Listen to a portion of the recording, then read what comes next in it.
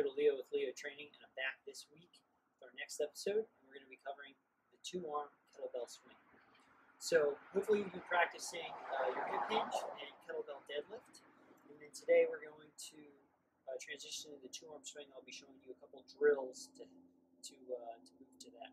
So one thing I talked about last week was making sure that you start to train barefoot. You wouldn't notice as much with the kettlebell deadlift because the weight is directly under your center of mass. But now as you transition from a grind to a ballistic movement, the weight is going to be projected away from your body. If you're wearing shoes, even a minimal style running shoe like this, it's going to transfer the weight into the ball of the foot. And we really want to be driving through the heel and maintaining a nice plumb line through the ankle, knee, hip, shoulder, and ear, right at the top of the swing. It'll be very difficult to do that if you have any type of raised heel in your shoe.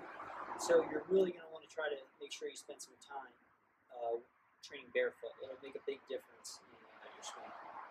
So I'll be covering 3 drills today. We're going to be doing the hike pass or pendulum swing, the towel swing, and then the dead swing. Okay? So the only difference now is we're going to get into the hinge position. The bell is going to be about a foot away from us. Okay, so instead of directly underneath, it's a foot away. So I'm going to get down. I'm going to tilt the bell towards me. Okay, and now I'll be starting to really incorporate the biomechanical breathing match. So for the pendulum swing or hike pass, we're simply going to use our lats. So I'm going to pack my shoulders. All right, and drag the bell slightly towards me. Okay, knees are tracking the toes. All right, and I'm just going to take a sniff of air in, and then hike it like a football.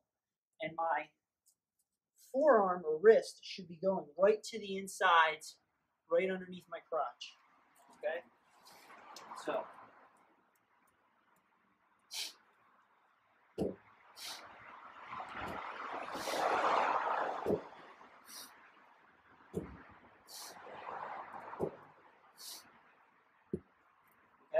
So that's the pendulum swing or the hike pass. That's the first part of the kettlebell swing. Right? You want to start incorporating that immediately and using the biomechanical breathing match. So now we'll progress to the towel swing. And one of the most kind of underrated or missed components or underappreciated, I should say, of the kettlebell swing is that there's an incredible amount of timing involved. And to me, in my opinion, it's very reminiscent and draws a parallel to the rowing stroke. You have the recovery and dry phases on the rowing stroke. Here, we're talking about accentuating relaxation and tension. So at the top of the swing, I have tension. I'm like a statue. And then as I come down, hiking it back, I'm nice and relaxed. Okay? So the towel swing is going to really help to teach us to feed the hips and hinge back, okay? And really learn the timing aspect, waiting until the last moment to break the hips, okay? So for this, we're going to turn the bell so that the handle is perpendicular to our body. And we're going to feed the towel through it. And we want to make sure we grip the towel close to the handle, not up here, very close, okay? We're going to get back into that hinge position, all right? We're going to drag the bell towards us. Same thing, I'm going to take a sniff of air, and then as I stand, I'm going to exhale, all right? So.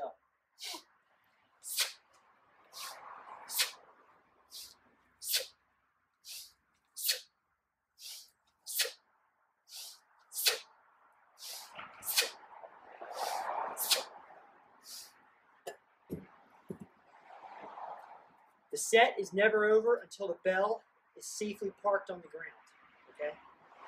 So now we're going to transition to the dead swing. The dead swing is simply the kettlebell swing, but you're only doing 1 rep at a time. And this is great to transition from the towel swing to the dead swing because it helps the pattern. Perfect technique. We're usually in a hurry to jump to sets of 10 to 20 reps, and you'll find that your form can, quickly falls off. So when you're learning it, just take the time to pattern the movement and really just focus on all the fundamental points. Okay? So we'll remove the towel. We'll turn the handle back so it's square with our shoulders. We're going to get into a nice hinge position. And we're just going to do a dead swing.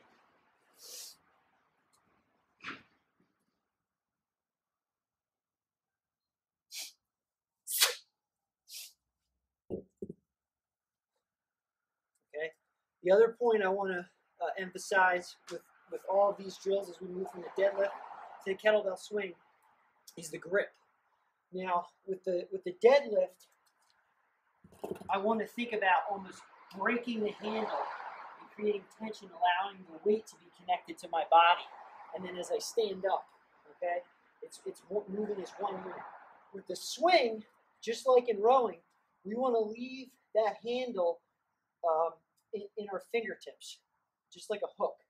Okay, so everything from the shoulders down at the top of the swing is under tension, but the arms are nice and loose and relaxed.